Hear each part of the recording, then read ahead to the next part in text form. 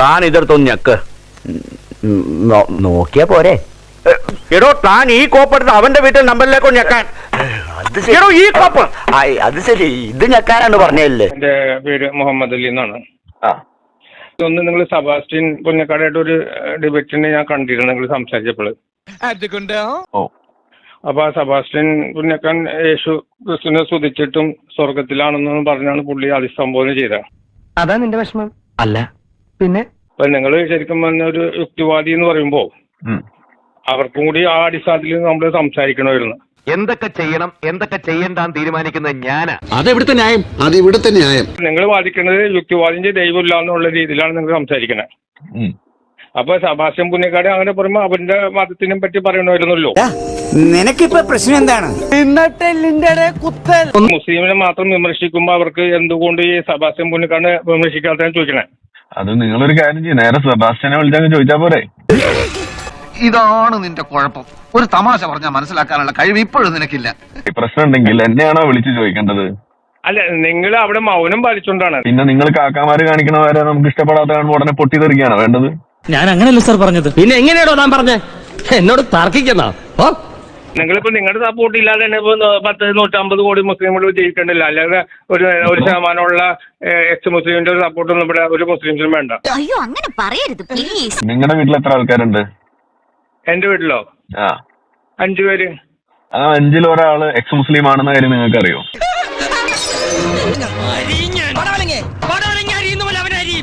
ഒരാളാവൂല, ഒരാളെ ഞാൻ കയത്ത് കിട്ടും. ഒരാളായി കഴിഞ്ഞാൽ അവന്റെ കയറ്റാൻ പറ്റും. ചുമ്മാ പറഞ്ഞായിരിക്കുമല്ലേ? ചുമ്മാ പറഞ്ഞതാ. അയാൾ ശരിക്കും പറഞ്ഞതായിരിക്കും. അയാൾ ചെയ്യുമെന്ന് പറഞ്ഞ ചെയ്തിരിക്കും. അതെന്താ അങ്ങനെ കഴുത്ത് കിട്ടുന്നതിനാ? അപ്പൊ നിങ്ങളെന്താ തീവ്രവാദ സംഘടനയാണോ? വേണമെങ്കിൽ ആ രീതിയിലാവും. എന്റെ മകനോ മക്കളോ വീട്ടുകാരോ അങ്ങനെ ആയിക്കഴിഞ്ഞാല് ഞാൻ തീവ്രവാദി തന്നെ ആകും വേണമെങ്കിൽ അവരെ കഴുത്തും പെട്ടും. ശിവനേ. അപ്പൊ നിനക്കോടാ? അയ്യോ ഇല്ലച്ചാ, ഞങ്ങൾക്ക് രണ്ടാക്കും തോന്നുന്നില്ല. ഇല്ലടാ. നീ നിന്റെ കാര്യം മാത്രം പറഞ്ഞാൽ മതി, അവന്റെ കാര്യം അവൻ പറഞ്ഞോളൂ. എനിക്ക് ഇതുവരെ തോന്നിയിട്ടില്ല. അപ്പൊ ഇനി തോന്നാമെന്ന്. അപ്പൊ നിങ്ങളുടെ മകൻ ഇന്ത്യക്കാരനല്ലേ? അപ്പൊ ഇന്ത്യയിലെ ഇഷ്ടമുള്ള മതം സ്വീകരിക്കാനും ഇന്ത്യ തോന്നുവാദം നിങ്ങൾ അനുഭവിക്കണം. ഇന്ത്യ അല്ലെങ്കിൽ നിങ്ങൾക്ക് തോന്നുവാദം അനുഭവിക്കാൻ പറ്റില്ല. കൈ കിട്ടിയ അവന്റെ ശവം പോലും അവന്റെ അപ്പനെ കിട്ടില്ല. നിങ്ങൾ ഇതേ സംസാരം തന്നെ വെച്ചാൽ നിങ്ങൾ ഹിന്ദുക്കളുടെ കാര്യം പറഞ്ഞു നോക്കിയാൽ നിങ്ങളുടെ തല അവിടെ കണ്ടാവൂല. ഇന്ത്യ ആവോ? നിങ്ങൾ നിങ്ങൾക്ക് ധൈര്യമുള്ള ബാപ്പാടെ മോനാണെങ്കിൽ ഹിന്ദുക്കളുടെ കാര്യം പറഞ്ഞു നോക്കണം. മിസ്റ്റർ കോയ, നിന്റെ സാമാനം ചെത്തിയിട്ടല്ലടാ. നിന്റെ സാമാനം ചെത്തിയിട്ട് എത്തിയിട്ടില്ല. നിന്റെ വാപ്പാടെ സാമാനം ചെത്തി പൊട്ടിത്തെറിക്കോ?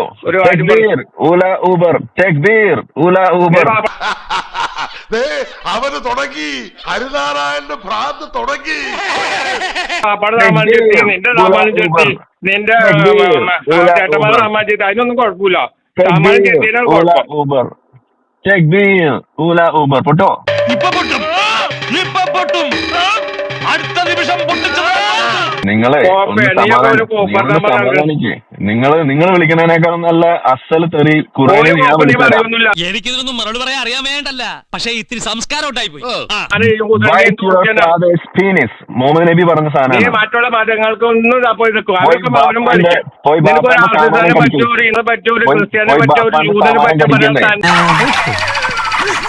വല്ല കാര്യമുണ്ടോ? എന്തിനാണ് ഇങ്ങനെ ഇല്ലാന്ന് നടക്കണേ?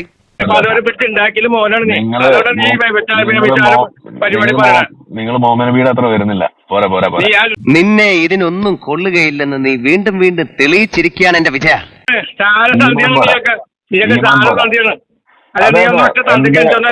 എന്റെ ഉമ്മ ആയിഷയാണ്. ആയിഷ അങ്ങനെ വരാൻ വഴിയില്ലല്ലോ. പക്ഷെ അങ്ങനെ വന്നല്ലോ. ഇതേപോലത്തെ പേ പിടിച്ച പട്ടികളെ നമ്മൾ വിമർശിക്കൂ. കാരണവരെ, ഞാൻ വെറും മൃഗങ്ങളെ ചികിത്സിക്കാറില്ല. സപ്പോസ് മനുഷ്യരിൽ തന്നെ ചില മൃഗങ്ങളുണ്ട്, അതിനെ ഞാൻ ചികിത്സിക്കാറ്. ഓക്കെ, തൽക്കാലം നമ്മൾ പേ പിടിച്ച പട്ടിയായ ഇസ്ലാമിനെ വിമർശിക്കുകയുള്ളൂ. ഈടെയാട്ടെ ചിലവന്മാർക്ക് ഓരോ എല്ല് കൂടിയിട്ടുണ്ട്. 4 വർഷം ഗർഭം ചുമന്ന ഗതികേടൊന്നും 4 വർഷം ഗർഭം ചുമന്ന ഗതികേടൊന്നും എന്റെ ഉമ്മക്ക് ഉണ്ടായിട്ടില്ല.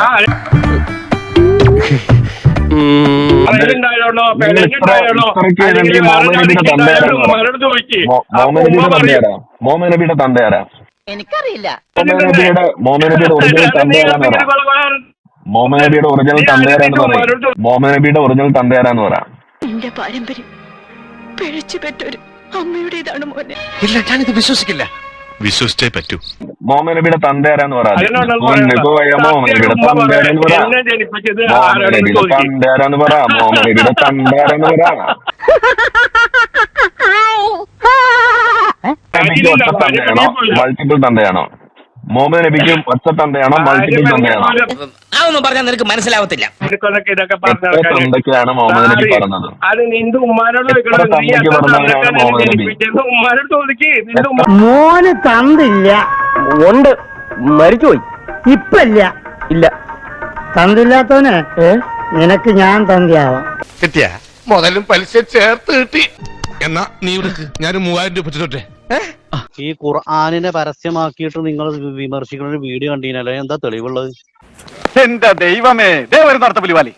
ഒരു താത്ത സംസാരിക്കുന്നത് ഒരു ക്ലിപ്പ് ഇട്ടിട്ടേ ആ ഇത്ര വൃത്തികെട്ട ഒരു ഗ്രന്ഥം വേറല്ലാന്ന് നിങ്ങൾ പറയുന്നില്ലേ? ഉറപ്പാണല്ലോ. ഞാനതല്ലാന്ന് എനിക്ക് തെളിയിക്കണം. സത്യമുള്ള മനസ്സിലാക്കിയ സ്ഥിതിക്ക് ഇനി എങ്ങനെ തെളിയിക്കും? എങ്ങനെ അതൊരു തെളിവെന്താ? ഈ അടിമയെ ബോധിക്കാൻ പറയുന്ന കിതാബ് ഇത്ര വൃത്തികെട്ടതെന്നൊന്നും പറഞ്ഞാ പോരല്ലോ. ഈ അടിമയെ ഭോഗിക്കുക എന്നുള്ളത് ഖുർആനിൽ അവിടെ പറഞ്ഞ തെളിയിച്ചോണ്ടാ? നിന്നെ ആരാടാ ഇപ്പൊ ഇങ്ങോട്ട് കെട്ടിയെടുത്തത്? ആരുടെ 16 അടിയന്തരത്തിനാടാ നീ വന്നത്? നിങ്ങളെ പേര് എവിടെ ഉള്ളേ? അയ്യോ, നിങ്ങളെ പേര് എവിടെ? പെര എവിടെയാന്നുള്ളത് എന്തിനാ ഇപ്പൊ നിങ്ങൾ അറിയുന്നേ? കയ്യിൽ കിട്ടിയിരുന്നെങ്കിൽ ഒന്ന് പെരുമാറായിരുന്നു. എന്നാ പിന്നെ നമ്മളെ മതത്തെ പറ്റി അങ്ങനെ പരസ്യമായിട്ട് നിങ്ങൾ മുസ്ലിമാ? മതത്തെ പറ്റി പരസ്യമായിട്ട് പറഞ്ഞത് പെരയെ കയറി തല്ലു. അതാണ്. എന്ത് കാര്യത്തിനാണിത്? ഒരു സുഖം, ഒരു മനസുഖം. മതത്തെ പറ്റി പറഞ്ഞ എങ്ങനെയാ സൗകര്യമില്ല. ഇതാണ് എന്റെ ഇഷ്ടം. എത്ര വലിയ കൊമ്പത്തുമാണെങ്കിലും പെര വന്ന് തല്ലും പന്നി. ഇത് നല്ലോണം മനസ്സിലാക്കി വെച്ചോട്ടോ. നിനക്ക് ദേഷ്യം വരുന്നുണ്ടോ? പറയടാ, നിനക്ക് തല്ലാൻ തോന്നുന്നുണ്ടോ? അല്ലടാ. അത് മതത്തെ പറ്റി പറയൽ കുറച്ച് ആൾക്കാര് കൂടുതലാണ്. പൊട്ടോ പൊട്ടും ഞാനിപ്പോ ഈ കോൾ റെക്കോർഡ് എടുത്ത് യൂട്യൂബ് വീഡിയോ ചെയ്യടാ. എനിക്ക് വിഷഹാരി അറിയില്ല. വിഷ ഊതി കയറ്റാനും ഊതി ഇറക്കാനും ഒരു നിമിഷം വേണ്ടിരിക്കെ. വിഷരാജനാ ഞാൻ. ബീർ ഓല ഊബർ ടേക്ക് ബീർ ഓല ഊബർ ബീർ ഓല ഊബർ പൊട്ടിയോ? അത് മനസ്സിലാക്കി വെച്ചോ. ബീർ ഓല ഊബർ ടേക്ക് ബീർ ഓല ഊബർ. നിർത്തി അങ്ങ് അവമാനിക്കുവാണെന്ന്. അനക്ക് ഖുർആനെ പറ്റി പറയാൻ എന്ത് യോഗ്യത ഉള്ളത് പറഞ്ഞോ? എന്റെ അച്ഛൻ പോയിട്ടുണ്ട്. അത് തന്നെ.